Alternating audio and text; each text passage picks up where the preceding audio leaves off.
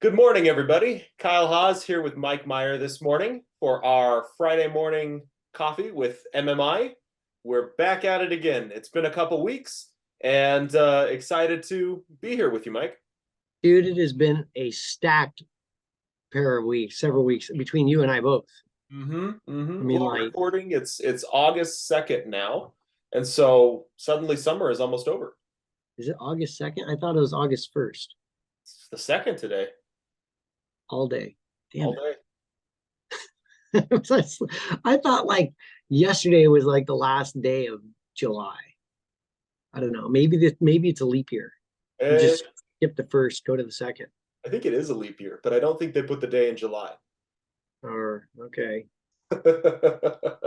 Damn it. So the question on everybody's mind then is, where have you been? What have you been up and, to? and where have you been? Let's start with you. Okay, so it kind of this summer was one of those summers where it's like 5 years ago, 6 years ago, the family had a big plan, and this year came, thankfully. And so we had a great big family vacation. We planned it years and years ago. We went to Bora Bora. It was really cool, like a bucket list item for lots of people. I'm a land creature, so I have no major attachment to islands, but it was one of those things where you go having no preconceived thoughts. And the best thing, I mean, Bora Bora was rad, but it was legit. If it was like, best way I could explain it was we were getting a taxi ride, and the taxi driver goes, "Well, now that we got a road around the island and fresh water, things have really changed. And there's still dogs and chickens, and it's a teeny tiny little place. There's like 4 or 5 legit restaurants, and that's kind of it.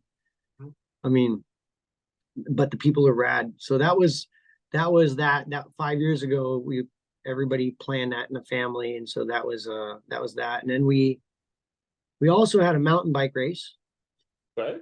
My son signed me up for a mountain bike race this last year. He called up, "Hey, Dad, I signed you up for a mountain bike race." What'd you I'm like, think? "Oh, thanks. I don't want to die. I need to go back and work." But that was really cool. It was a race called Downeyville, Okay. and it's like kind of like it's like a very very popular mountain bike race. And this one was what they would call cross country. And the first out of the gate, it's 8 miles of climbing, and it's at altitude.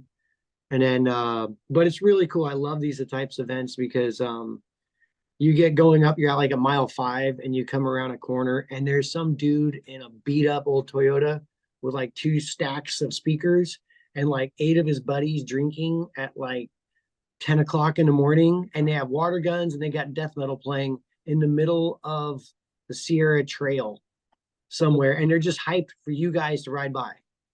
And so you're riding your bike, and and you're like, what the heck is that?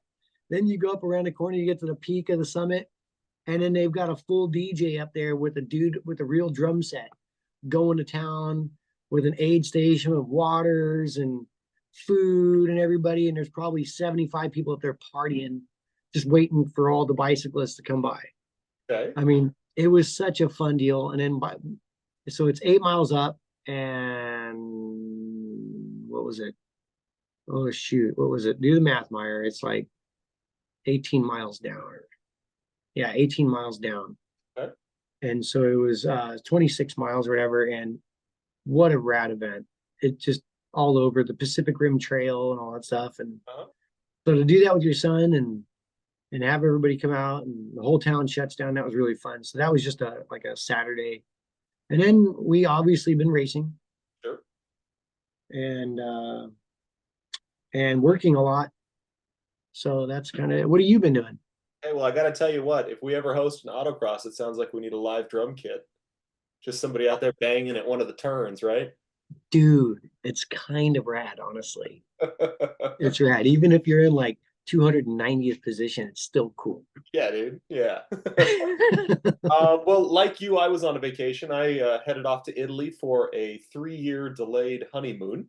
So Melissa and I got married 3 years ago now, and the stars finally aligned, and we got to take our trip to Italy. So we spent 2 weeks kind of cruising around northern Italy, and I didn't autocross while I was there, but it sure felt like I did. There were times where the roads were so small and the cars were so quick and everybody behind you was so angry that it felt like an autocross, but hold on for your life kind of thing. Um, but it was a blast. We had a great time. We got to go to Monaco. We were in Monaco for a day and got to walk the racetrack, see the little apartment that's literally on the racetrack. Our tour guide said that's the only apartment in the world that's on the racetrack. There was a sidewalk between the roadway and this guy's window. That's like a That's right. subterranean apartment kind of thing. So That's cool. really cool experiencing some of the history and seeing some of the streets. And Monaco is actually really, really small. So small that our tour guide was like waving at people that he knew that were driving by.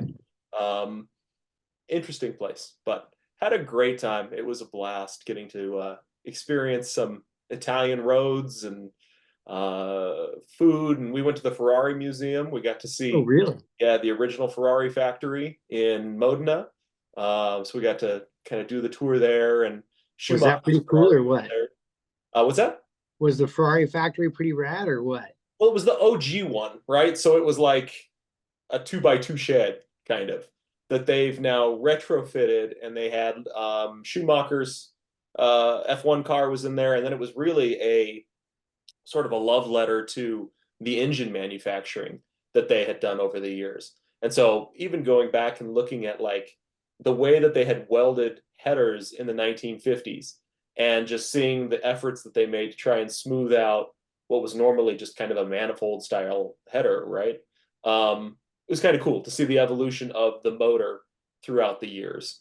Huh. So that was pretty neat.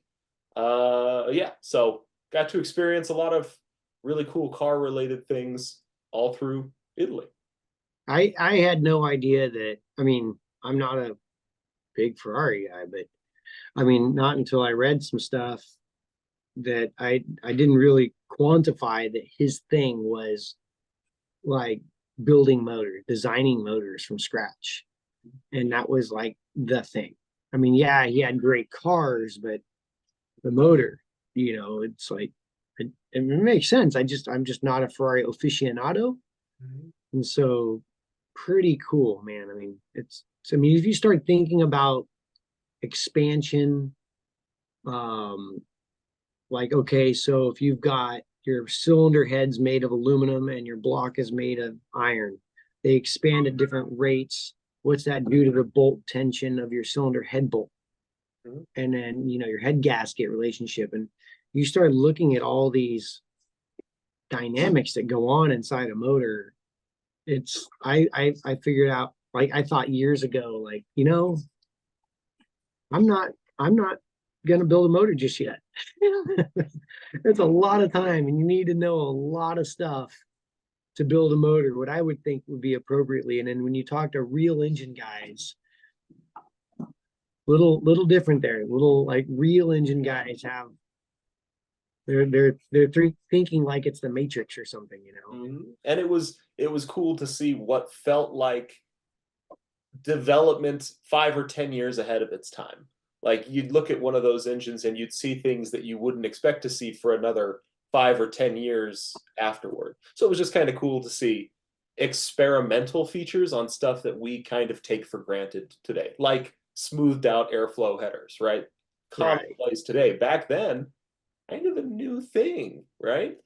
So Dude, cool. there was a lot of really badass engineers back in the 20s and the 30s and the 40s and really pragmatic people that I don't think get nearly enough credit for everything that we have today. Mhm. Everybody here today thinks that they're the ones that came up with this and that and the other thing. Dude, uh the Wright brothers they made a wind tunnel in their bicycle repair shop. Far out. A mini wind tunnel. And they were one of the first to do a wind tunnel. And I think Lenenthal in France had one too. But I mean, like you start looking at these OGs, and in the Wright brothers, they couldn't get anybody to make a light enough motor, so they just did their own aluminum motor. It's like, Bang that together in a weekend. yeah, right. You're like, wow, dude. I mean, these guys are kind of badass. Hmm. So Ferrari, you got to give it to them. Yeah, yeah, it was kind of cool to see. So, anywho, that's kind of where we've been for a little bit. So, apart from that, I guess what's been going on. We're hoping to do kind of just a catch up for everybody at home today. We're just trying to kind of catch up and go through what we've been up to, where we've been. So, aside from some of the personal stuff, tell me what's going on at the shop, Mike. What's new in the time since we've last talked? So I think the shop, I remember talking to Kyle Tucker years ago, and he said his 10th year was the year when things really started hammering for his business. And this is our 10th year. I can't believe it's been 10 years already. And I'm noticing some things where, there's internet traction, from all of your work and just all of everything that's been going on. It takes a long time to build that foundation in the internet. And when that traction starts happening, if the shop is or isn't doing its job, it really has an effect on things. So if we're producing enough, if we're not producing enough, it really, when orders start coming in, it starts showing deficiencies in your company more so. Because if you only have a couple of orders, you really don't see the deficiencies because it's just little slices. But I think this last year has just been, there's always been like a reason for something. Oh, we went racing this year, or we had COVID, or the year after COVID, or we just started. This seems like there's none of that right now. There's no real story. It's just the meat and potatoes section of a marathon, right in the middle, dead smack. It's you just got to put the miles in right now. If that makes any sense. And we've really been trying to understand our stride. And with that, we've had a couple of changes. Brienne my wife is now working here at the shop full time. Super talented, super intelligent, quiet. But when we're so small and you see someone like that come in, everybody needs help because we're so small, and we kind of gang up on her. And you got to remember to not cut the golden goose open. You gotta not load her up with frivolous bull. Mm-hmm. So that's a thing. Learning how to use her, let her catch up with all the meat and potatoes of the shop. One of the things that's been a big subject for us in the shop has been phones. Mm-hmm. The phones are going ballistic. We've had more just phone calls in general, and it can lock you up for weeks. And then next, 2-3 weeks go by and you haven't gotten your job done yet. Yeah, yeah. And so we've had to go to a schedule where we don't pick up the phones on purpose. Hope people leave messages, so then we can get a time, organize the messages, get the information on people's questions. So then when we call them back, we're efficient. Because the old days of having 3-4 orders a week, or 3-4 checkups a week, that's not the situation. You might have 20 phone calls just during lunch. That's gonna be tough too, because quite frankly, you're kind of a talker. And yeah, that's part of why people have liked working with you so much is you're eager to explain, you're eager to help, you're eager to jump on the phone and, get kind of hands-on with people. Has that been a tough transition to try and understand your limits in that department? Well, we've done yeah, it is because the reason why I was a talker is because I feel like I was always growing up given like 30% of the story. And I would take that person's 30% as 98%. And then later on, after you do all this work, you realize there was a whole chunk of information that would have been really cool to know before you jumped into that whole thing. Mm-hmm. So it's more of an effort to try to help people avoid what maybe I went through. But and I always knew all of the customers. And now I got guys coming in, hey, I'm Bob with the Mustang. And you're like, Bob with the Mustang. Uh-huh. Uh-huh. Hook me up with a little more information here. I met you once 8 months ago. And you're like, ah, because I don't pick up the phones anymore. I'm in the shop, I'm welding, I'm bending tubes, I'm in there with the guys hogging away. And that's to try to keep up. So it definitely was very difficult not knowing who's there because I kind of feel like we're all kind of in the same team. Mhm.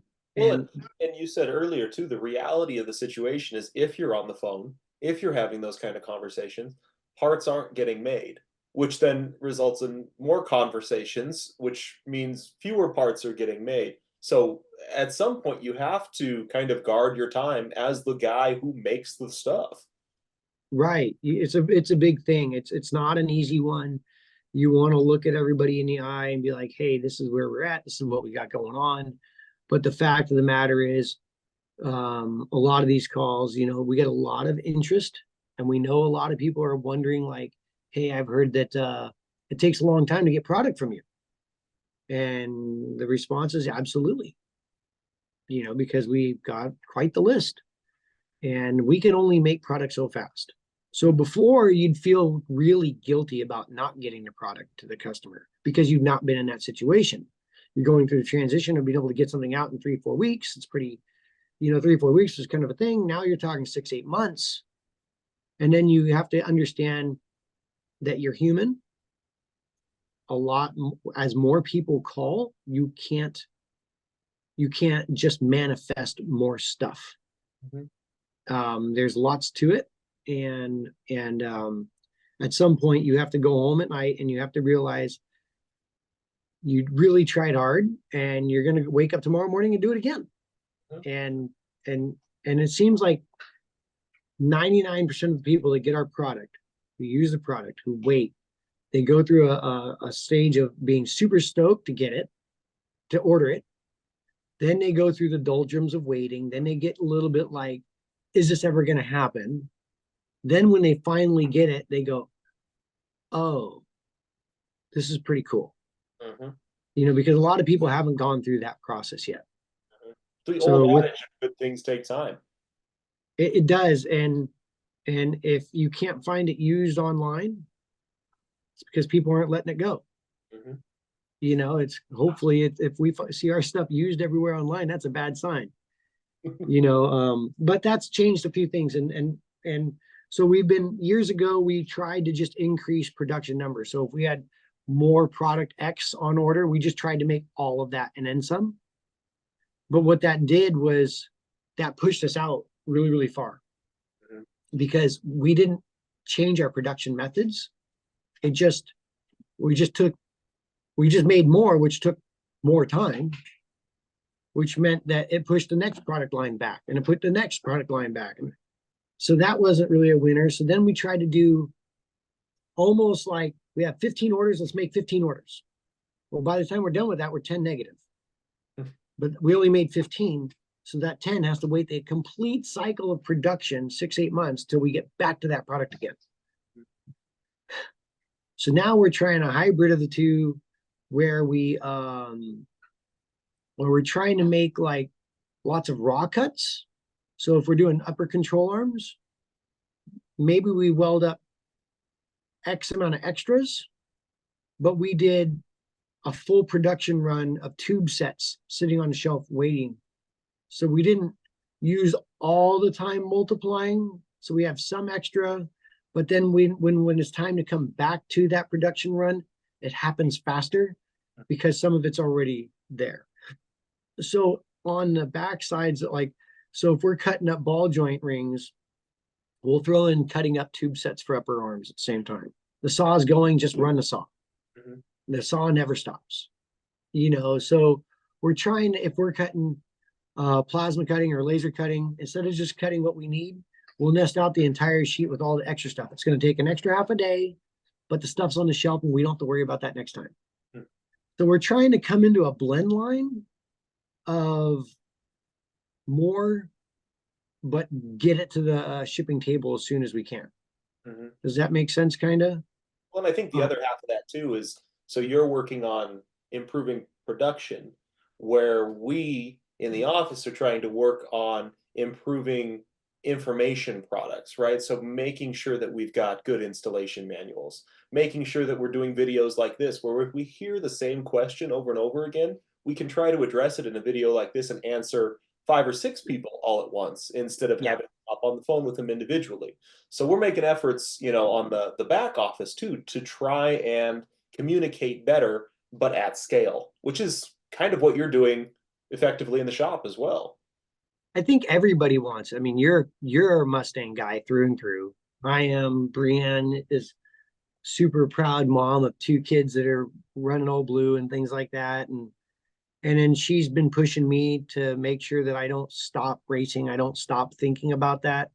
I mean, we're all true through and through car folks, and so there's no intent to be deceptive. This, to and so I we've had a number of people over the years who, when they come into the shop and they visit, they go, "Oh, I get it. Hmm. I see who I'm ordering from." Hmm. Whereas if it's just a phone, they're like, your brain is allowing it to imagine different things, right? Hmm. And I think that, yeah, I mean, everybody, the office wants to make it right. You guys are doing great. I mean, information on the website's always being updated. I don't think people understand how much updating goes on the website. Um, there's videos always being cut. I look back at our YouTube stuff and I'm like, dude, there's a lot of videos in there. Hmm. There's a lot of content. I get a lot of customers that come in and always say, I see all the content, all that. That's like a, oh, hold on. Gizzard just showed up. Hey, Gizzard, come here. Hold on. Come here, dude. Come say hi to Kyle and the world. There's Gizzard. What's up? He's like a mascot around here. That's Dylan's dog. So that's shipping department right there. That's Gizzard is the his name is, yeah, we just call him Gizzard. Sometimes he's called Chicken. I don't know where that came from, but anyways, Gizmo. That's Gizmo. So, but anyways, back at it. Yeah, I mean, everybody's trying really hard, and yeah, scaling it and finding the scale. How do you produce? How do you outsource? How do you use all of your attributes the best you can? It's like a nonstop. So that's, So how has that started to affect your sort of product development and your thoughts on product lines going forward? so product development and product lines going forward. I think after 10 years, we've had a lot of fun thoughts in the shop, and over the years, you make a lot of random fun things. I really think we ought to do this for this car. I think we ought to do that for that car. And then you sit back and you look at the numbers after a couple of years and you see, although that product legit is super rad, we've sold 3 of them in 5 years. And the effort to put into it was weeks and weeks and weeks for 3. So I think where we're coming to is a point of understanding where the fat is. Lots of great ideas, lots of great things. But I think probably for 2025, we're going to have a bit of streamlining going on in our catalog, because you might have 30 dudes looking like, for example, when we came up with the mod arm, I think the first year we sold like 4 arms, you know? And I think right now the pile of 25 sets on my bench are almost all sold. And so I just heard Brian in the background say, yes, they are. So good thing we made extra tube sets, and that's only partway through the year, you know? So that's an example of a product that's doing really well. But then you'll see like the Fairlane painted rod. It's a huge trooper. It's like massively rad for the Fairlane guys. But we sold like 2 last year. And I like Fairlanes. I freaking love Fairlanes. I've always wanted one. I've had one, a couple of back in the day, but you've got 25 or 30 of those dudes over there and 2 legit guys over here. I gotta becomes a job a little bit. So I think after 10 years, we have to start streamlining so we can provide better service and not so fragmented. And as we streamline, we start finding ourselves getting better at what we do. You know, we're not so broke up in pieces. So with that, I think coming up, in the shop, I think we're gonna start streamlining the product lines so we can get product to the market better, more efficiently. And then the other thing, I still have been working on things at night. I still, it might not seem like it. We've been working a lot on understanding spring rates. Again, there's more to learn about spring rates, droop rates. So when you go into a turn, how much pressure is on the ground as you're rolling the turn on the inside tires. So if you've got a spring squish so far, and then you go into a turn and the spring expands a bit, at that expansion, how much pressure is on the end of the spring at that percentage of expansion? And then what is that dynamic weight on all 4 corners at that moment? And then if you change the droop rate, what does that do to your differential setup, your car setup, all those different things? And then you can have from ride height compression rate. So you kind of have a splitting of the road. You got droop rate and you got compression rate. And then how do you manipulate those? So we've been working a lot on that. And then also so that's like a thing. And then that plays into geometry too. So we're starting to mess with geometry. So control arm angles coupled with spring rate ramp angles. So if you have like a really, let's say you do an 1 3/4 upper control arm drop, like a big Shelby drop, not just a 1 inch, but like, let's say you go crazy. Let's say like on your mod 2, you take your upper control arm and you lower the inner pivot point as far as it could go. What does that do to your effective spring rate? It has a big effect on it. And so you can make the car turn and roll like you've got really soft springs if you do that. So if you raise that up, they can make the car feel like it's got stiff springs with respect to roll, but the ride compliance is still there because you have a soft spring. So, and then how does that play into the type of tire that you're running? So that's been kind of on the under. It's been a big subject around the shop at night. We've got droop limiters and measuring tools and all sorts of stuff in the evenings. Lots of notepads all around with spring rate graphs and stuff. A buddy of mine even built a spring squasher, you know, with a load cell and digital readout, and you can squash it in thousandths of an inch. And a lot of times when you squash your springs, you'll start learning that on the shock, you can find a dead spring. So because like, so we'll have our springs in our trailer for years because we have a box of springs in there. And this is a 500, we put it back in, and then maybe 2 years later we grab it back out for another job, another race or something, you put it back in, and next thing you know, it's 15 years later. And that spring's been on 10 different cars and it's been bounced around the countryside for 15 years. And then you put it on, and maybe your race kind of sucked that weekend, and maybe it's because you thought you drank too much beer the Saturday night before or something, And then you realize you put it on a spring squasher and that thing's down 40 pounds. So it's like a valve spring. They don't last forever. Sure. So that's been a thing. The other thing that's been kind of neat for new product development, I'd say it's just more tribal knowledge, fundamental growth right now. It's kind of quiet with respect to what the customer's seeing, but there's a lot of rumbling in the jungle. We're doing a brand new clip that is not going to be a sale item for retail at all. I had a customer come in and see this clip we're building. He's like, so how are we going to put this on our card? How are you going to sell it? And I'm like, not for sale. Right. And he's like, well, why are you doing it?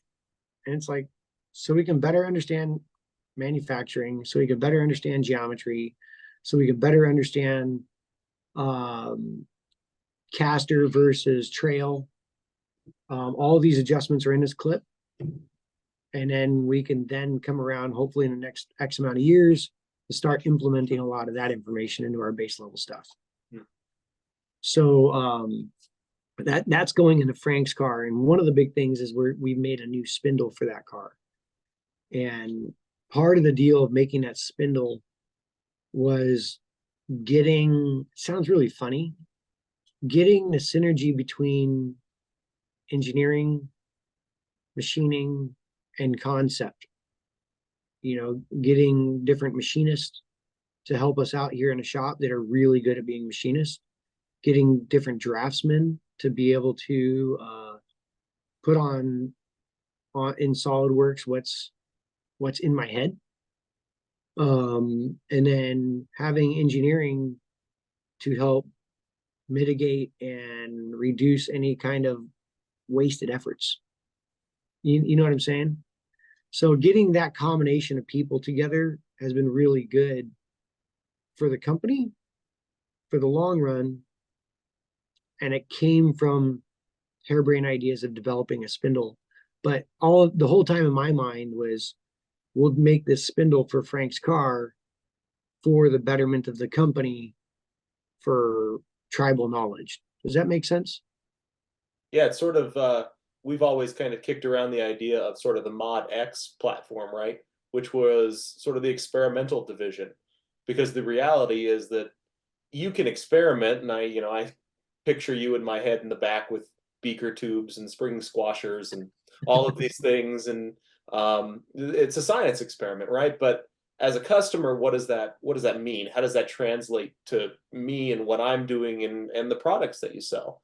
And that's, I think, where Mod X sort of fits in, is that's sort of the experimental division where we are going to take some of these principles that we are evaluating, testing, playing with, and try and put them into practice. That doesn't mean that they're going to be effective all the time, but it does give you a way to take these conceptual ideas, try them out, and then eventually work them into products that make their way to the website and to people's garages and onto their cars.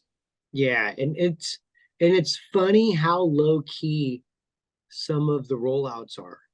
Mhm. Like some of the things that come out, like we've been working on this one control arm, and I'm not going to say much, but it changes the angle or gives the opportunity to change the angle. It's kind of like a Shelby drop, but it's not. It gives options, and the idea is we absolutely learned about it in racing, and the result of it for street driving is the dude that wants to rip a canyon corner can do it with more stability, but it rides better for his wife. And so when they decide to go on a 3-hour drive, things are just nicer. And it's more of like a hue. So how do we get these things? Because really a great race car, you ought to be able to go into a turn at 110 miles an hour, clip a curb, an apex curb, have the car suck it up like butter, but respond super fast, but not be stiff and chattery. So, and that's exactly what we want out of our street car. We want a car that's super stable, super responsive, not stiff and chattery, something comfortable that we can sit in for hours. Both a race car, a proper racer, and a street driver actually want the same thing. Mm-hmm. If it's irritating and annoying to drive, you're not going to be able to be great in a race car for a long stint of time. You're going to be lucky to get a good lap. and it's the same thing if you're going to drive to Lake Tahoe or go on a 4-hour drive somewhere. And you want, your friends to be with you. If it's irritating, you're not going to do it. So these things really play into it. And so we've been working on that. There's just a lot of little undercover stuff that it takes us, since we're small, it takes us a while to bring it to the forefront, but it seems like it's pretty rare for companies to do that in general. Mhm. Everybody gets stuck and they don't want to change it. Well, it's easy once you've developed a product line to just let it kind of sit and gather dust. I mean, as long as it keeps selling, why make the improvement? But it's kind of a testament to MMI and the brand ethos, really, that you guys are continuing to develop and you're continuing to improve, in spite of having plenty of demand, sometimes exceeding demand on the products you already sell. Yeah, I think the reason why there's demand there is because that thought process is there. Mhm. And it's a love-hate relationship with the customers. I mean, to us, it's like they love it. They want it, but man, does it suck to wait sometimes. Mhm. But once you get it, you're stoked, because of Mhm. that style. So So, that's that. Now that kind of go ahead, go ahead. oh, well, okay. So I was just going to say, we've talked a little bit about what's going on in the shop then. Um, I mean, we're 2/3 of the way through this year now. What does the rest of the year look like for you and the rest of MMI? Well, um, for MMI, um, well, a couple of things have changed, so I'm going to kind of go forwards here. Starting the year out, we really had kind of some neat ideas about running Old Blue, getting that going, getting Frank's car going, um, and kind of some of it blew up, but in a good way, I think. Hmm. So at the beginning of the year, we're like, okay, so we're going to run Frank's car. We're getting a new motor back from the engine builder. The Frank's car pushed a valve into the cylinder head sideways at the end of last year. So, okay, pop the motor out, take it to the engine guy.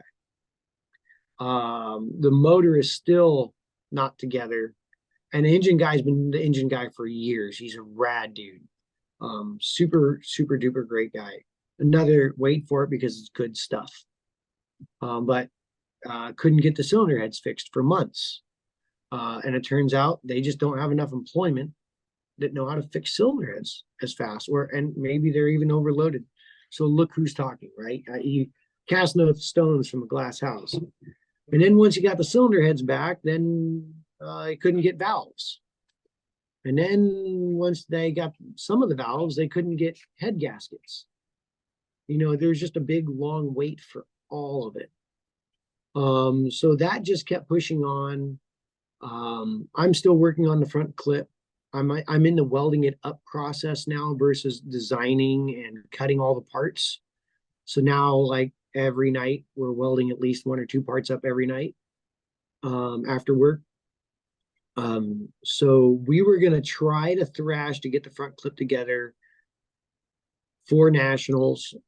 To give you people that don't know, I've been in nationals, SCCA nationals since '97 myself, and I think I've only missed something like 3 since '97. So Autocross it's kind of, Lincoln. yeah, SCCA autocross nationals, and so it's a pretty rare deal to miss. And I think Frank's car's only missed 3 times, and since I've been going. Um, so it's kind of a big thing to not go to nationals. There's like family there, friends, friends have become family. Um, and so to not go to that isn't easy, but Frank's grandson, Jonathan, I've been racing with him forever. He was at our wedding years ago. Um, he's kind of helping me with the car, and Frank's helping. So it's the 3 of us. And Jonathan's been my co-driver for a number of years now in that car, and he's very much on board saying, hey, let's not forget to do this clean. Let's not forget to do this right. And so I'm trying to do it right. I'm trying to do it clean, but you're feeling the pressure. You want to get it done. But when your wingman is saying it's okay, let's get it done right, it really feels good because Frank's car is such a thing. We'll have to do a show on Frank's car. Yeah. That's a thing. That the car itself, the Frank car entity needs that respect. It commands that respect. So not rushing it is very important. So that felt really good. Also, all the orders at the shop right now. It just, you go to nationals because it's a muscle memory thing. It's a good thing for you. But sometimes when it clouds up like your heart and your head and you feel the pressure from work to take that load off, feels good. It feels good to know I could sit there at the bench and make some more people happy and help out. So that kind of relieves some pressure there. That's really good. But at the same time, Old Blue has been running. That was a big goal of ours this year. So back to finishing up with Frank, we're hoping to have Frank's car running for the end of September. And Frank's car, that our thought is that gives us all winter to prep. So when we hit the ground next spring, we had been running the car throughout the winter. So we're super stoked to do that. We've got some pretty innovative things on the front of the car that are absolutely pushing the cushion, and I hope they work well.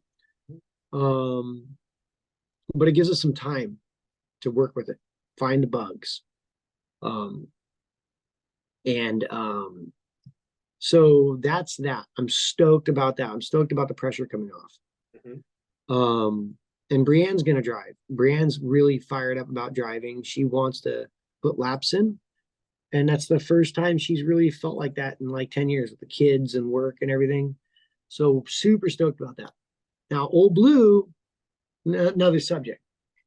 The 302 went back in this year. We've talked a lot about it. We're 2/3 through the year. Kind of what a rad deal. What a rad deal. The first carburetor was kind of spittering and sputtering. The belts were squeaking. Alternator was making a god-awful sound. It just, the car got put away. And then we put it back together with parts that didn't necessarily all go together the same as they came apart. And honestly, like we went through like 2 power steering pumps, a bunch of flow valves, all that stuff. And an old buddy of mine goes, "Did you change the power steering belt?" I put a fresh belt on it and all the noise went away. The power steering works great just from a freaking belt. Little things sometimes make a big difference. The car, I got in it and I rebuilt the carburetor, but normally after you rebuild a carburetor, you run it a little bit, then you pop it back apart and clean it again. And just because you get a little debris from rebuilding. But the problem was I kind of already felt a BLP carburetor. And we run a BLP carburetor in Frank's car. I've got a number of customers now that are running BLP carburetors. And although I definitely could just clean out my carburetor from the, for sure, little remnants of dust inside from the rebuild, I put a call in the BLP. We got a carburetor from them, and dude, so dope. Honestly, I mean, like, it's like, you got this little 302. It's only got 250 horse, but you want to make sure you get all 250 horse. And it's like you can let the car sit there for a month. You got to turn over the throttle a couple of times just to get the fuel back in the carburetor. But boom, thing just starts up. It's crisp. It works. Kind of rad, dude. It rips that carburetor. It's a piece of art, the way it's all machined. I don't know how to say it. It's like when you get a really badass part, you can feel it. So I'm super stoked about our BLP carburetor. They got a lot of stuff. If you're building your car and you're wondering what to do with it, I've got more people with fuel injection who are having issues that see me with that carburetor, and they're like, that might work pretty good. What an endorsement coming from a carb lover such as yourself. Oh, dude. Even my engineer, Craig, he's one of the smartest dudes I've ever met. He did all his own fuel injection ports and machining and all these different things and direct injection and all this stuff. And he spent years on it. And he finally swapped over to a BLP like 2 years ago. And he's like, dude, I picked up like 60 horse. It was, and so I felt really good to finally join that crowd, even though I've been pumping it because I've driven them, Uh-huh. but I didn't personally have one. Okay. And so that's like my own little like glowy, stupid fun thing. So this weekend's American Autocross. We're all going out as a family. I'm pretty excited. We got a new little spring package on the car. Lily's been racing, Mick's been racing, Brienne's been driving. We've done little things to the car throughout the whole season. I put an aluminum steering column in the car. That was kind of fun. We drilled the hole for the basil in the wrong spot. It was night, whatever. So now the blinker's on the right side versus the left side. So I just call it my European steering column, right? Sure. But I lengthened it so you can sit in the car right. You're not reaching over to the steering wheel. Uh-huh. So that's pretty cool. Did that. That was a fun one. Got a new power steering belt. That was pretty rad. Got a carburetor in it. Changed spring packages. Changed the arm angles. So it's been pretty fun. It's been nice to have that just running. So kudos to the family for pushing me on that one. Great. Okay. It'll be exciting to see it back out there. Yeah, no, so yeah, we're gonna run it this weekend, and our goal for this weekend, since we're running against cars that's like 600 horsepower and stuff like that, our goal is to hopefully win the first 2 laps. Come out faster, harder than everybody else, and then you can't expect guys like Brian Hobaugh to sit on their hands. They're gonna come out hard right out of the gate, and they're going to put time on the clock, and they're professionals at what they do. So if we can be up in the hunt, at the last event we had Chad Riker by we had him by a couple of tenths the first 2 or 3 laps, and then finally he got his line down and got us by I think 5 or 6 tenths at the end, 7 tenths. He put it good on us at the end, but we ended up second out of like 13 cars. So I'm pretty stoked for Old Blue with that motor in that crowd performing like that. And for those of you who are watching at home, these are some big names in autocross. Go check them out on Instagram. I think a couple of them even have YouTube channels now. Yeah, They're fast guys. These are guys worth keeping an eye on. yeah. Chad Riker is a savant at driving. Hobaugh, I mean, just what a multi-time Optima champion. So to be able to spar with them with like a $1,500 motor feels pretty rad, dude. Well, Mike, we've been chatting for a little while now. I know we've got a couple questions that kind of came in, but we might save those for our next video. Is there anything that you want to check off or cover before we wrap up today's video?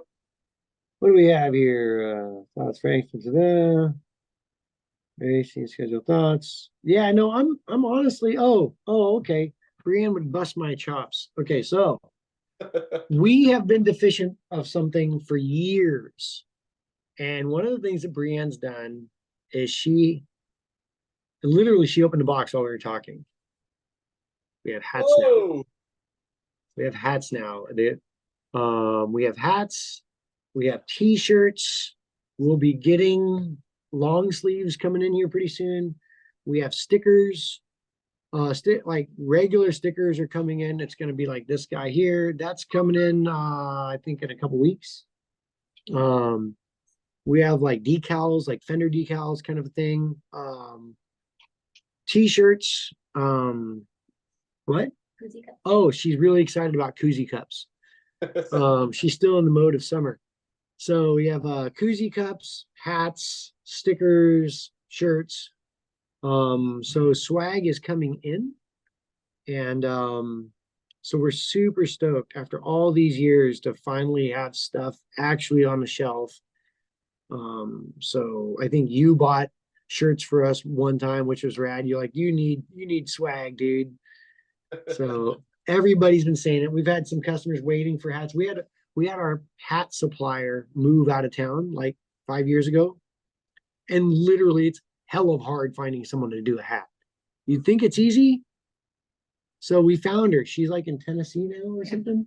We found a lady that used to be here in Livermore. We got a hold of her and she's like, "Oh, I can still do your hats." I'm like, so Brad. within like 2 weeks, we got hats again. Nice, nice. All right, so I guess keep your eyes on the website, folks. We'll start adding some swag here soon. Yeah. So anything for you, Kyle? What do you think? I don't What's think up? so. What's your racing? What's that? What are you doing with your car? Oh man, we're right in the summer lull here in Colorado. It's been 95, 98 degrees, and unfortunately, we've had a couple wildfires, so it's not the temperature or the time that people want to be out at the autocross track. So we're kind of in our summer lull. Things will start to pick back up September, October timeframe to finish out the Mhm. season. So right now, just playing with the car a little bit, trying to get it cleaned up. Working on maybe adding a spoiler. So stay tuned for that one. But that's about it right now. I did get my solo storm set up all up and running, and that's kind of Oh, cool. sweet. So we'll Well, talk about that at some point in the future. we'll have to go over that. It's really cool being able to drag your finger and see where you're at. It doesn't mean anything when you're a noob and you're like, oh, I went this way instead of that way. Well, your That's wife does that on the Find Me app on your phone. She drags your that's finger and she sees where you're at. where I've been, where I'm going. Yeah. What a time to be alive. A little scary. She's got Solo Storm on you. That's right. But no, I think that's about it. I think that's a great video for today. And we're going to try and get back in our cadence again of releasing these once every couple of weeks. So if you have questions, if you've been calling the shop and there's something you want to ask, drop it in the notes below. Let us try and cover your questions because I bet if you've got a question, other people have that same question. So, Also, leave a message if you call. It's kind of a thing. mhm. You know, like it's hard to call you back if you don't leave a message. Exactly. So if it's a question we can answer in a video, drop a note below. And if not, call and leave a message. Guys, we appreciate you taking the time to watch us today. Mike, thank you for making the time to hang out and have a cup of coffee with me. Awesome. And Thank you. we'll catch y'all next time. All right. See ya. All right. Thanks, guys.